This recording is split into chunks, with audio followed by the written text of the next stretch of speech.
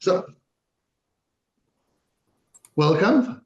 Now that I press on recording, we will record this meeting and put it on our YouTube channel and on our website, where you can find previous episodes of our webinar series to watch and download. If you don't mind to introduce yourself in the chat, it's always great to know who's here, know a little bit more about our audience.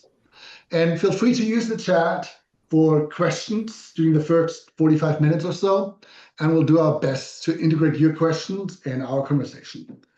We will have about 40 minutes, 45 of a structured conversation with our guests, and then have, depending on time, 15, 20 minutes to have audience Q&A. And we'll record the first part, but not the second. If you have any feedback, follow-ups, feel free to email me at legislation@oregonpta.org. I'll put that in the chat in a second. And with that, I'm very lucky to have a very knowledgeable co-host with me today to lead us through tonight's conversation, Isabel Johnson. Thanks, Robin. Really happy to see some familiar faces on here. So for those that don't know me, I'm Isabel Johnson, and in addition to PTA roles, I'm very involved with Oregon Battle of the Books, or OBOB. So I'm involved as the local parent coordinator at my son's school, and then also statewide as the OBOB finance chair. And it's been through my involvement with OBOB that I have collaborated and kind of worked closely with librarians, and just really seen how just imperative and important libraries are and librarians are to our students, and then just also how under-resourced they can be. And so we are really excited. Robin approached me about co-hosting, and although I don't really think I'm actually doing that much, I'm so excited to be a part of this because we have three amazing people, amazing librarians here from the Oregon Association of School Libraries, to talk to us about what is happening in our school libraries in Oregon. And I am going to turn it over to Anne, Jean, and Kate. And if you will start introductions, I'll get our slides sharing. Sure thing. Good evening. So nice to join you tonight. My name is Ayn Frazee. I am a K-12 teacher librarian in Portland Public Schools, most recently at the high school level, and I have two kiddos in PPS schools as well. Jean. My name is Jean Gritter. I am a librarian in Greater Albany Public Schools, and I'm the advocacy chair for the Oregon Association of School Libraries. And I am Kate Weber. I am a middle school librarian in the Reynolds School District, and am membership chair and work with Jean and Anne on advocacy in the Oregon Association of School Libraries. So you may have noticed that we all introduced ourselves as librarians. And so we wanted to just start with a basic misunderstanding around vocabulary in school libraries. So there are two distinct positions that make up a strong school library program. And one of those is licensed library staff. And we can go by teacher librarian, we can go by media specialist, or usually we just call ourselves librarians. The other folks in the library with us are classified library staff, and their title might be library manager, it might be library assistant, it might be library tech or something like that. So when we're referring to librarians tonight, we are referring to the licensed library staff in a library, but it is incredibly important to have both of those positions in a school library program. That's what we call a strong school library program. It includes both of those. That is where we see the largest increase in student engagement and student test scores and student graduation rates. And so we'll be talking about all these tonight, including the evidence around a strong school library program. Kate? So some ways that those roles differ, which is not immediately clear to folks who are not in libraries, is that licensed librarians are responsible for instruction. So we might be meeting with teachers to collaborate on research lessons. We might be pushing into classes to go over searching techniques and information literacy instruction. And we are also a strong part of the technology conduit, is the way I always explain it to people. You've got your ed tech people in your district, And you've got all of those people out there in classrooms, and librarians, teacher librarians are a great link between those two, because we are up on current technology. The information that we used to all get in our big published encyclopedias and things like that is all online now. And so we are doing the same job we've always done, but we're using a lot of technology to do it now. And so licensed librarians are an important part of that whole spectrum. We also work with curriculum. We work with curriculum at the district level. We work with curriculum in our buildings. And collection development is another important piece of a licensed librarian's job, which means that we go through and analyze our collection. Where are the areas that we need more of a certain type of book, and not a certain genre or a certain subject, or we want to make sure that our student body is well represented in our collection. So we analyze our collection for all of these different possibilities and make sure that we're building a collection that's the best it can possibly be for our student body. Program administration means that we are running a budget.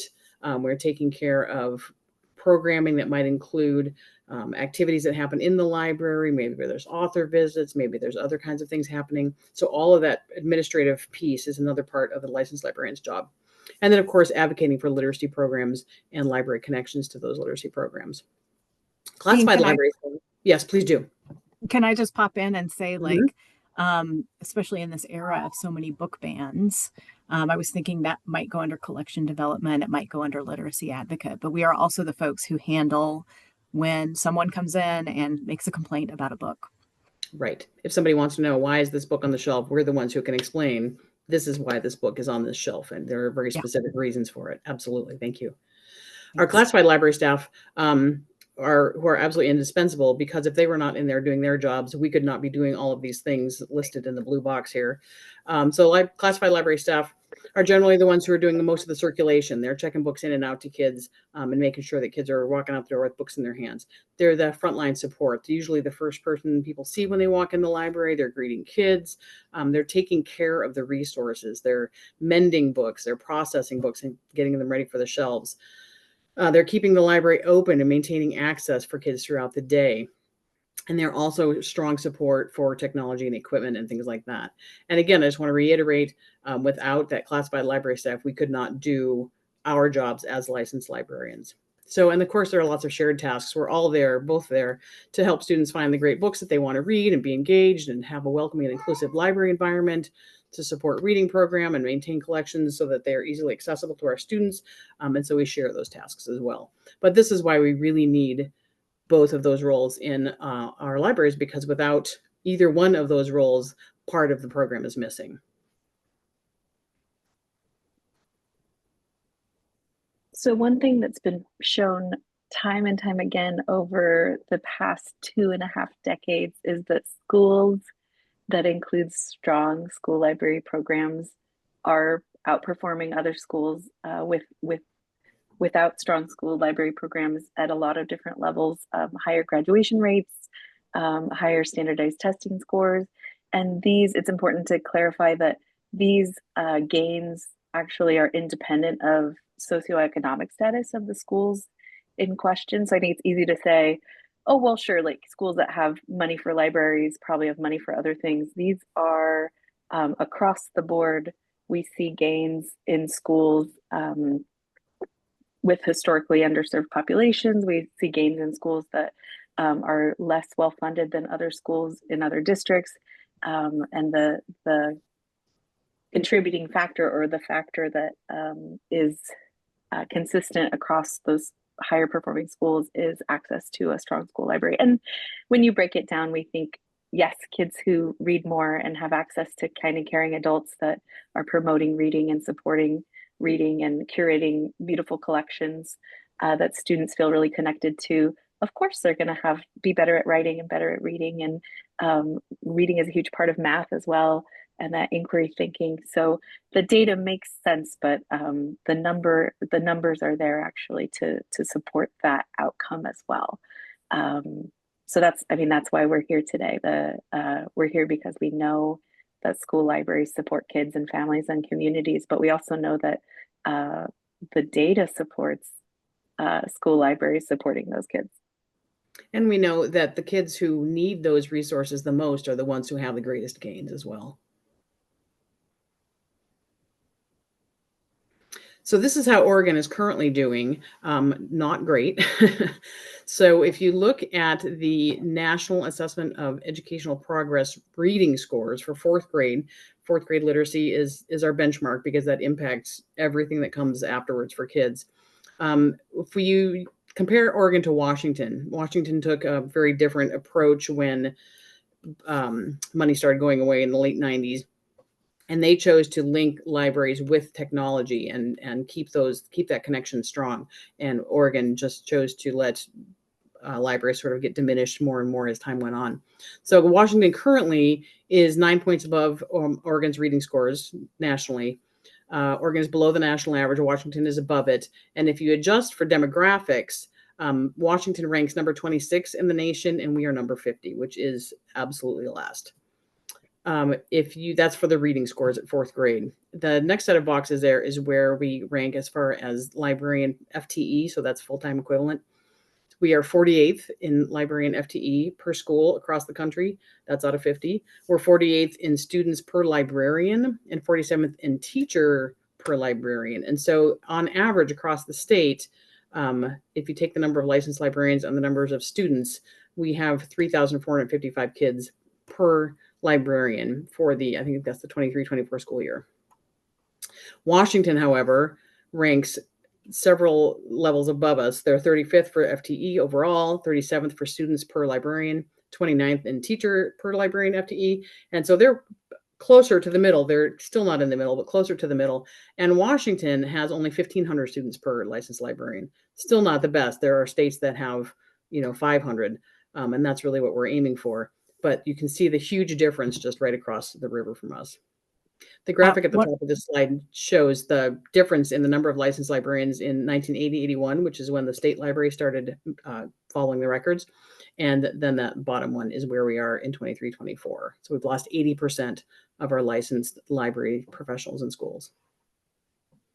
And I think, yeah, just the fact that, we talked about the states where they are doing better than we are in reading scores and teacher librarian, strong school library programs, FTE. And the number one state is Mississippi. Mm-hmm. And they are, I think, ranked number 6 in FTE, librarian FTE per school. So we are being beaten handily by places that might surprise us. Mm-hmm. Yeah, we are at 48 there, so we're being beaten handily by most of the country at this point. Yeah. So, what can you do? What can we do? This is our call to action about this huge issue that we're seeing in Oregon, this lack of strong school library programs that is impacting everything from fourth grade reading level all the way to graduation rates. And, we teach a lot of information literacy. We teach how to believe, how what to believe online and how to triangulate information and find the best information for your purposes. And in this crazy world, that is a skill more students deserve to be taught. So that's my own little soapbox that I get on around information literacy. So when you are talking to school administrators, ask about the school library program. Ask what kind of staffing they have in there. Do they have any staffing at all? Because I have worked with some schools that just did not have any library staffing anymore. So you can ask specifically about licensed and classified staff positions in your library. Fingers crossed they've got both. Chances are in Oregon, they do not.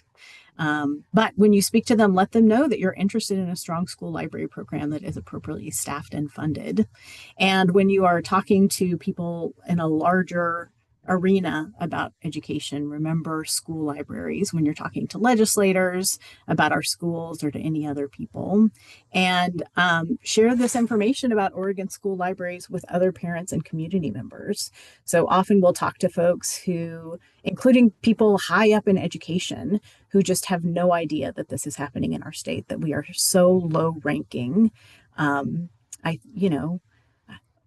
love Oregon and when I moved here, I just assumed we were the best at everything because Oregon is so awesome. Um, and so this was a real wake up call to me to kind of see these numbers. Um, yeah, that is our call to action. Jean and Thank, Anne, do you have anything to add there?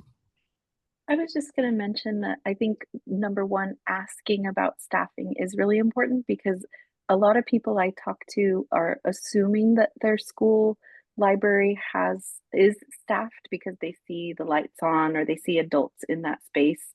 And I'm aware of schools where like a school secretary is filling in the library and checking out books, or a library assistant or media manager is working by themselves, but is also doing, three other roles in the school. Or in my district, we have librarians that are split between 3 or 4 schools. So they're there um, one day a week, or 1.5 days a week, and then moving around to different schools. So I think sometimes people don't really understand how dire the staffing looks because we've been making things work for so long and have the support of amazing parent volunteers. But I know to my students, if they see an adult behind the counter, it's like, oh man, this library is flush with librarians.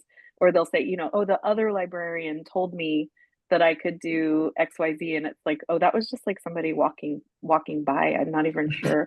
That was So just an I think, adult in the yeah, it was library. just like happened to be like a friendly person who told you yeah. that you could, or who helped you find a book, which is, awesome that there's so many caring people supporting our spaces. But I think that the reality would surprise a lot of people. Let me jump in here and thank you so much for the presentation, giving us this overview. There's so much I would love to go deeper in, and maybe start with somewhat basic question, just how do you become a school librarian? Like, what is the training, education you have to go through to not be that random person, but to be an actual librarian? So we've all got teaching licenses in the state of Oregon. Many of us start in the classroom. I did, and I was in the English classroom for 15 years before I moved into the library. And so once you have your teaching license, you go and get additional graduate coursework in library media. I think it's 24 graduate credits, something like that. I can't remember what it is off the top of my head. But that's actually another interesting point about Oregon. When I was working on my endorsement, it's been about 15 years. The program that I was in was shut down as I was halfway through my endorsement program because there weren't enough people signing up to do the work. And so I had to shift. I was at Western Oregon for that. I had to shift to Portland State to finish my endorsement. And just after I finished mine, they also closed that program. So we currently actually have no library endorsement programs in the state of Oregon. You have to go out of state to add the endorsement onto your teaching license. And I think that's a direct result of the cuts to school library programs. PSU closed their program because there were so few people in the program because people were concerned about completing a program and then not being able to find a job. For me, I have a library master's degree. I worked at the public library as well. And then I have my K-12 teaching license and then my endorsement. So some people get endorsed in secondary math or get endorsed in PE. My endorsement is in school library. And in the state of Oregon, you have to have, I've seen a lot. It's like, oh, I'm a second grade teacher. Can I be the librarian now? And you actually do, you have to have that endorsement from an accredited program. And one more somewhat basic question, just so we're on the same level. Could you share a little bit more about how maybe an elementary librarian is different from a middle school librarian? Just how maybe the tasks shift to high school then? Who wants to tackle this one?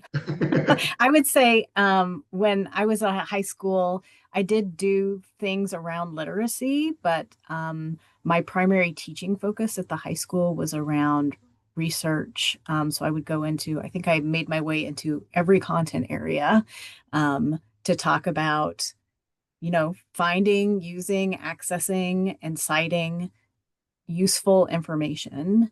And I also taught a lot at the high school about fake news, which, you know, I am hoping is still being taught at the high school level.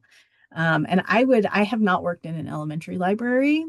My memory of elementary libraries is that they are very, very heavily literacy focused, with just bringing and expanding that joy of story and while also working in the research piece, the information literacy piece. And you've worked at elementary and high, haven't you? I've worked at elementary, middle school, and high school during my career here. And I will say at its core, it's all about finding and evaluating information. Sometimes the information is, what do I like to read? Or how do I find a book about snakes? And sometimes the information is this video real or is it AI? So that through line follows students, from kindergarten to graduation. And our goal as librarians is to launch thoughtful young adults into the world who have that skill set, to think deeply and find, if they don't know the answer to a question, to be able to find an answer to that question. And that looks, it's developmentally appropriate at every grade level, but we're looking to find information and then know what to do with it. Which Jean sort of mentioned earlier about how the core of what we do has not changed. Just the resources that we're using now have. So we have always taught accessing information. And it used to be in an encyclopedia, and now it is through a database or something like that. Okay, I think I'm gonna, Robin, is that right? Start with, Yeah. we're gonna go for Go one ahead. more question. One that I am curious about, and I think is when in comparing, you're comparing Oregon to Washington. And so what is it that you think Washington did better? Because I'm sort of wondering, like from an advocacy role, can we as parents sort of say, hey, could you do something like what Washington did? Or did that train like maybe leave the building a long time ago?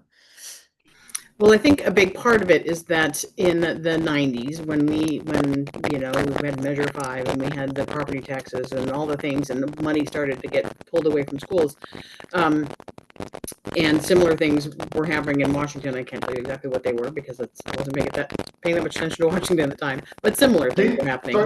Jean, sorry Yes. to jump in. There's some background noise going on. Oh, it stopped. It stopped. Okay. Okay. You good? So it might be my heater. That's about all that's making noise here. It seems like it's only when you're speaking. I wonder if it's something going on with your microphone. I don't know. If I sit a little closer, does that help?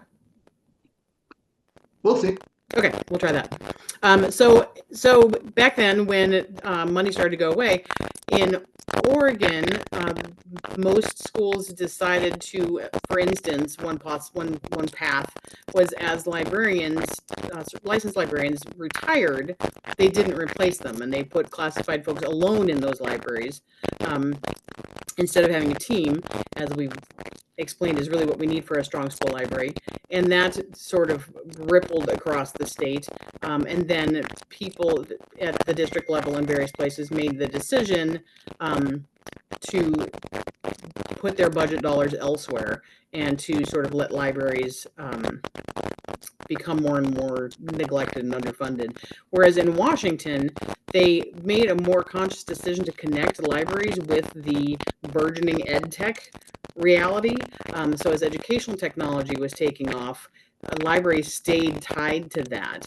And there's someone in particular, his name is Mark Ray, and he worked in Vancouver for a long time. And I think I'm not sure what his position is now, but he's done many, many library and educational technology related things. But he was a person in the forefront of that movement to keep libraries connected to educational technology. And that was a really logical thing to do because, as we know, information literacy is hugely important and has changed so much with the advent of technology. And so Washington did a better job of keeping libraries tied to that.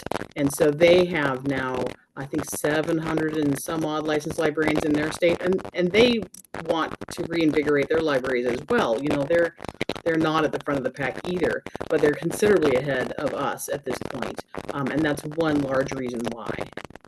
And can I also jump in here and say that I've been around long enough that I remember in the 2000s, maybe,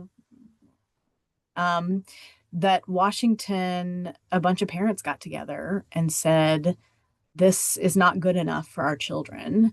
And so it was actually a group of moms who took it to the legislature. And so they now have codified language in their ORSs, their statute, about every school having, I think, at least a halftime librarian. So, and of course, there are, just like we have in Oregon, there are small rural districts in Washington. And so they have specific language about exceptions and things like that. But it did become a legislature issue in Washington. And that is how they ended up keeping the number that they have. And I think it grew a lot when they had that language passed as well. So Yeah, Joanna made an interesting comment in the chat about wearing a lot of hats in their library, in multiple positions, library wise. But the concern being, and I've heard this concern other places too, that there isn't, if we put into law that each school needs to have a librarian, certified librarian, and the district doesn't have the money there, like what's stopping districts from closing libraries down? Yeah, it's that. I think there's a lot, it touches on a lot that I'm really interested in. I want to follow up on something that Jean said about the connection to tech and just generally the collaboration with the other teachers in the building, because it often feels like school library and classrooms are separate. But I understand behind the scenes, you're obviously collaborating with your colleagues. If you could share a little bit more about the role librarians play in that peer space. For instance, we go collaborate with teachers. For instance, in my position, I'm at a high school, collaborate with teachers frequently on research assignments. So, and as Kate mentioned, we get into every subject area. So I might be talking with language arts teachers or social studies teachers or health or science or any of those folks who want to incorporate that information literacy piece into a research project that they're doing in their class. And so I'll team with that teacher. We'll sit down during their plan period and figure out what that's going to look like and which pieces we want to bring in. And then I will come down to their class on the days that they're planning to do those lessons and do my part to show how these things are connected, where they can find good information, what we're looking for, how they know that information is worthwhile. And then I'll stay in the class and co-teach as kids work through that lesson. And so that's one of many ways that we can collaborate with our peers and make sure that we're getting this instruction out there to kids.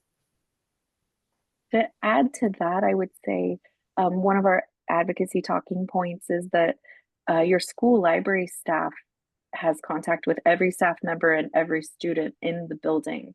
So like dollar for dollar, school library staff, a strong school library program is giving you that instructional support. It is giving you reading and literacy support. It is giving you, building leadership support. So many of us are on building leadership committees and leadership teams. It's one person, so it's not reducing class size, which feels really important, but it is elevating other practices that are happening in the building. I wanted to address, Robin, is it okay? Amanda Bird had a good point, and I know Amanda from school advocacy. It's like, how do we make that stand out? Because having been to Salem, we're always told by the legislators, there's not enough money, there's never enough money. And then it feels like then libraries get pushed down because it's like, there's class sizes and this, and it is a little bit. I wonder the same thing, Amanda. How do we kind of bring libraries back around to be like, but actually this is really important. This underpins a lot of things. And I don't know that there's an answer. I do think that tying to technology is really, really important. As technology has exploded, libraries in Oregon have diminished, and our students are suffering as a result of that. So I think that connection to technology, which just needs more instruction around it and never less. And I think also the early literacy that we're seeing is really, really critical right now. That's another place where a strong school library program makes a really strong impact and is really, really important to everything that comes after that for our students. And I think Oregon as a state needs to do a better job of funding education sustainably across the board. It's not just about funding school libraries. I think if we could chip away at this funding problem with the measures that have limited different ways and limited corporate taxes and those kind of those factors, I think we could fund everything. We're not saying that libraries are more important than special education or mental health. I think this is one piece of the puzzle that Oregon has done a pretty poor job of funding our schools across the board, not just libraries. 100%. I think that's another really important point too. I'm sorry, I'm leaping back in, but I think libraries do a really do important work supporting special education and supporting counseling offices and supporting all of those other programs that people are concerned about. We are also concerned about those things, and libraries support all of those different aspects as well as, general education classrooms. So libraries have an impact on all of the whole range. It's very well spent money. We get a lot of bang for your buck with a strong school library program, including, as we focus so heavily on literacy, those literacy scores going up. I was wondering, you had some data, and I know both you and we as Oregon PTA looked at data around school libraries. Where do we have them? How's the staffing? Do you see any patterns where it's better, where it's worse? And I'll put a map that we created based on ODE data in the chat for everybody. Do you see districts that do have more programming? It seems to me that PPS has been emphasizing libraries more than other districts. I feel like I need to knock on wood or something. It feels like every time we hold up a program for doing a really good job, they almost immediately make cuts. So PPS did a great job several years ago, and then the past few years, they've been cutting and cutting and cutting. I know Medford made a bunch of big cuts last year. They had a pretty strong program there. I would say, you guys correct me if I'm wrong in my assumptions, but urban is more likely to have fully staffed school libraries than rural. I know of a few folks in rural districts. They tend to be more the model of like one district librarian for the whole district who sort of oversees the programs in the other schools, but if they're lucky, right? So lots of schools and districts just have nobody. There's just nobody whatsoever. Jean, Ann? I think too that a lot of places make gains and then lose them. In my district, for instance, we got up to, we had certified librarians at both of the high schools, and then all of the middle schools had a half-time licensed librarian for a couple of years, and then all those positions got cut again. So we're back down to just me. I'm the only person in a school district of 20 schools and 9,000 kids.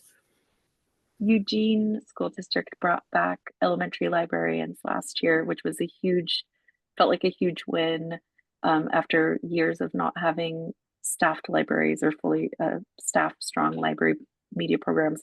And that was a ton of advocacy on behalf of their district librarian with the school board and the superintendent. It was a lot of hard work, but I think she was able to push the needle as far as helping people see the value. So we're holding up Eugene, which I'm hoping doesn't mean I'm jinxing it for next year, but they hired and ended up having to hire people from out of state because folks aren't getting endorsed as much anymore. Yeah. And I will say, Robin, if this is the map that you shared with us, I just want folks to be aware that it is any library staffing. Is it that same map?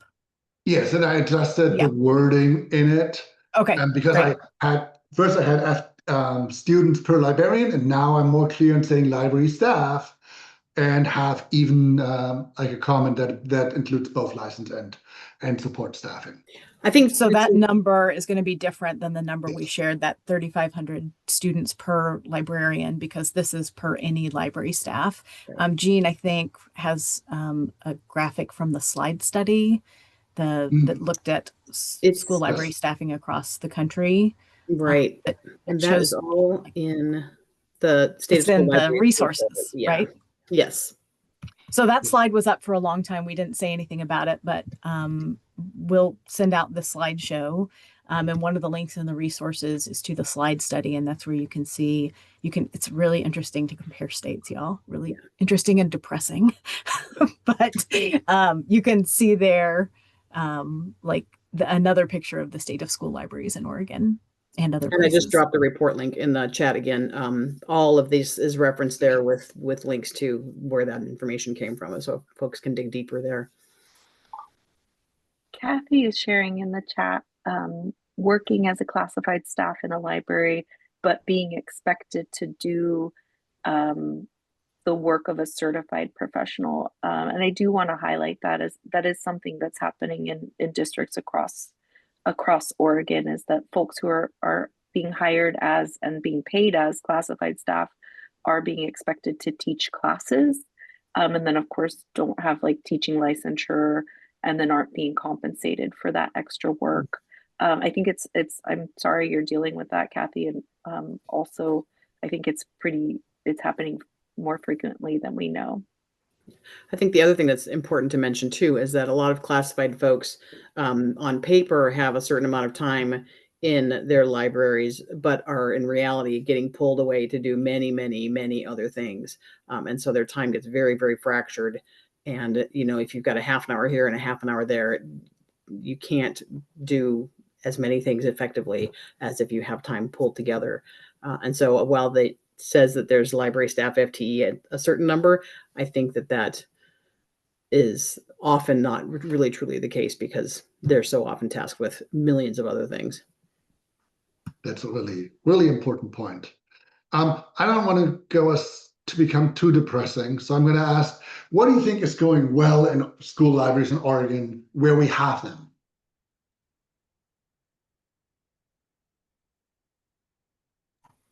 Well, I can speak for myself in my own program. I'm really, really fortunate that when I moved into the library 13 years ago, I think it was, I was really lucky to inherit a strong library program at my school.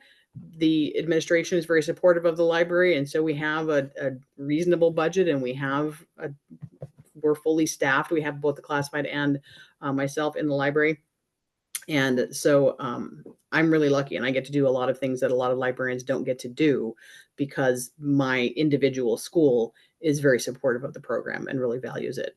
And so that's certainly a positive for me personally. I think that there are a handful of other folks who are as lucky, but I think a lot of folks don't have as good a setup as I do.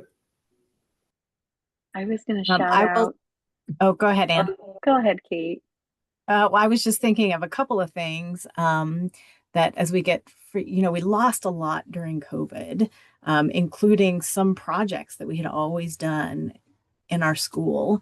And, a couple of years back, we might add one more, and then we'd add another. And so the research that my kids are doing now is coming back. So they're doing more research. And the other thing, really interesting thing, is with the statewide cell phone ban this year. I have heard from lots of people that circulation is going up. And I just had the PE teacher come into my library Friday afternoon and say, I got kids walking around the track reading books. Like kids I've never seen reading before are reading, which I think when we were talking about the cell phone ban, that was not a side effect that we thought we would have. It didn't occur to us, but has been just this amazing. It's not a silver lining because it's not a dark cloud, but a side effect that we weren't expecting with the cell phone ban in schools. I saw that in my school last year as well, when we had a building-wide cell phone policy go into effect, that kids are like, I have nothing to do. And then started reading again, which is exciting.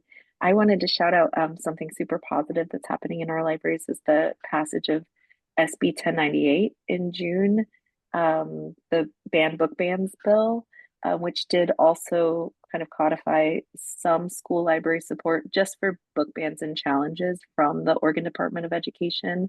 So it got people thinking about school libraries, and it got legislators and lawmakers thinking about school libraries. And then I think maybe a foot in the door to ODE, but that felt like a win for our school libraries too, just not having to, like, just one less yucky thing to deal with, and knowing that the law is on your side if you're handing a kid a book with diverse characters in it, or maybe somebody in it that doesn't look like them. I have one more question before I'm going to throw it to the audience. Isabel, if you want to have one, I want to kind of follow up on that. And besides staffing, which we all agree we need more of, is there something else you would like to see more of in our school libraries?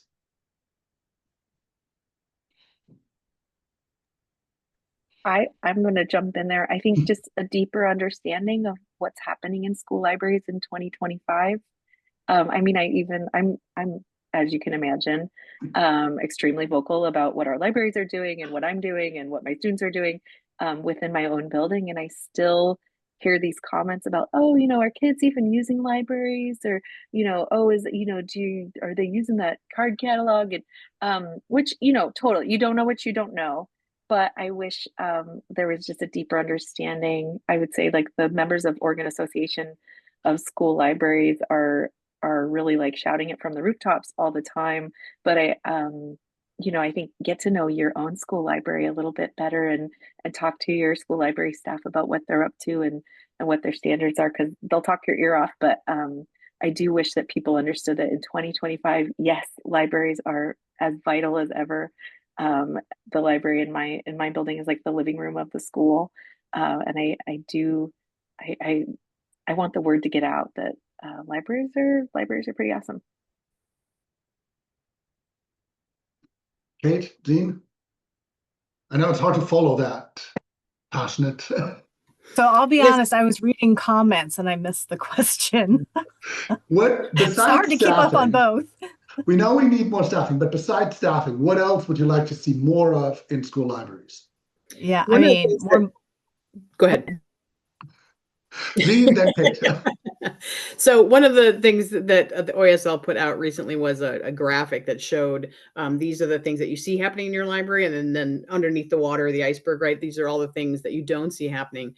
And I guess that's one thing I would love to see more of, is people being more aware, and and this includes school staff, but also the community and everyone else, more aware of all of the things that you don't see happening in the library. So you see great programming, and you see kids checking out books, and you see, happy, smiling people sharing their love of reading. But there's so much that goes into making sure that those books are on the shelf and that they're available, and that, there are things there for every kid in your school to find that they will love. And our graphic listed all sorts of things, like all the committees that we're on. I'm on pretty much every building leadership committee that is available, and I'm on multiple district committees. And that's because I'm trying to stay tuned into what is going on so that I know what the library can support. And so the more people are aware of sort of behind the scenes in the library, I think the better people understand why we need the support and what it is that we're contributing to the school as a whole. Thank you. Kate? Mine is a very pedestrian answer. I work in a really high poverty school, a lot of movement into and out of the district, and I lose way more books every year than I could ever repurchase. So having a little bit more money for books, so I can put that book in that student's hand, know I'm never going to see it again, and just let it be a book that will inspire them down the road. So, and that is actually another piece. So in the research, it says, the highest rate of scores you're going to get is a licensed person with classified help and a little bit of money for books. So those are like the three magic things. And you make incremental gains with a licensed person and the other without the other stuff. But the biggest gains you're going to make are if you have everything, not everything, a little bit more than what we have. Thank you. Isabel, do you have another question, or do we want to go to the audience? I was thinking maybe we could go to the audience. Yeah. I mean, if there are, I mean, we have been answering a few questions. And I guess I just wanted to kind of maybe piggyback a little bit on what Anne was saying, because that's exactly it. Like, I started volunteering in a library when my kid was in kindergarten, and that was really how I saw how like absolutely amazing the school library is. And I think, yeah, not everybody, maybe not all parents know that. So just it's kind of making me think like, oh, maybe there's something else we can do to help maybe some parents realize Well, and can I what's pop there. in there too and say Yeah. that the longer we go without strong school library programs, the less people even know what could be happening. So if Mhm. you are someone who's been in schools a long time and has worked with a strong school library program, you know to go in there and to ask for this and this and this. And if you haven't, you just think, oh, there's the book room. You know, on Wednesdays in the afternoon, we can go in and grab a book. So it's like we're losing the institutional memory of the power of a strong school library program. And I think a lot of us are seeing now school and district administrators who have come up all the way through their careers and have not been around a really well-supported school library program. And so they don't even know what that looks like or what it can contribute to their school. So they don't realize what they're missing. And so it's easy for them to overlook that as an important place to put their resources. It's just so much more than checking in and checking out and shelving books. That's a piece of it. That's a big part of it. I shelve books all the time, but that's like I think the absolute bare minimum basement, and then the added value is just so rich and robust. But I agree that there's just, if you've never worked if you've never worked in a building that had a librarian that was excited to collaborate with you and find you cool curriculum and get your kids in your class excited about lit circles, you don't know what you don't know what you don't know. You don't know what you're missing. So true. I see David's hand up. Anybody else would like to, if you could use the raise hand function, or if you can't find it, just notify us on the chat. And please keep your questions brief so we have more time for our answers. David, go ahead. Yeah, I was wondering what you guys do with social media. I mean, a lot of kids get most of their news from TikTok, and a lot of that content comes from television and in print. Who wants to tackle that one? My library has an Instagram and a TikTok. Both Book Talk is robust. Kids come in and ask for these books that were published, 15 years ago. I'm like, where did you hear about that? TikTok. So I think librarians are early adopters for a lot of different technology. And we're trying to balance that, like what's appropriate and what feels valuable to students. You're not going to see me on Snapchat trying to hawk books, but I do find that our librarians are willing to take risks and be a little goofy and put things out there. And we are trying to meet students where they're at. And a lot of times physically that's in school. We have a captive audience of kids that walk through our libraries every day. So the in-person displays are really beautiful and enticing. And then, yeah, helping our students, online as well when we can and when it feels right. I was actually asking about disinformation, fake news. Sorry, I've fake news myself. Yes, we have robust information literacy curriculum. We have standards, Oregon State standards around our school library curriculum, and that includes finding and evaluating information. I do a big conspiracy theory unit with my students, and I approach it in kind of like a silly way, like, who would believe that? It's like, well, let's discuss, like, at its base level, conspiracy theories can be silly, and at their worst, they can be deadly. So how are we evaluating information? How are we putting the brakes on information that we see that we think is questionable? And I think with ODE's new standards around AI and educating students using AI as a tool, how are we balancing the positives of using AI resources in our schools while helping our students understand that they now more than ever need to question and really scrutinize content that they're seeing online. I mean, that's a school library's job. That's who's at the front lines of this kind of really tricky and evolving topic. And balance it overall in their lives. How much, we ask them to monitor how much they're spending on a certain app, and help them to, just question deeply, is this making you happier? Is this is it bringing you joy, or is it just making you miserable? And oftentimes they will, when they start thinking more deeply about it, they understand that they sort of feel like they have to be there, otherwise they're missing out. But it does need to be in balance with the rest of their lives. Thank you. Carrie, I saw your hand up.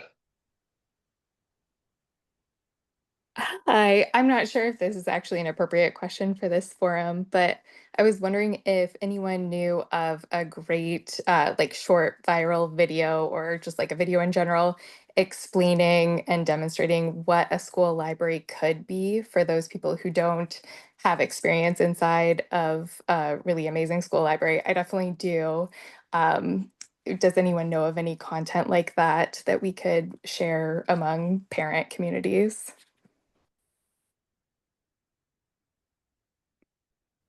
That is a great question. And if anyone has a link, please throw it in the chat, because we all want it. Maybe Jean.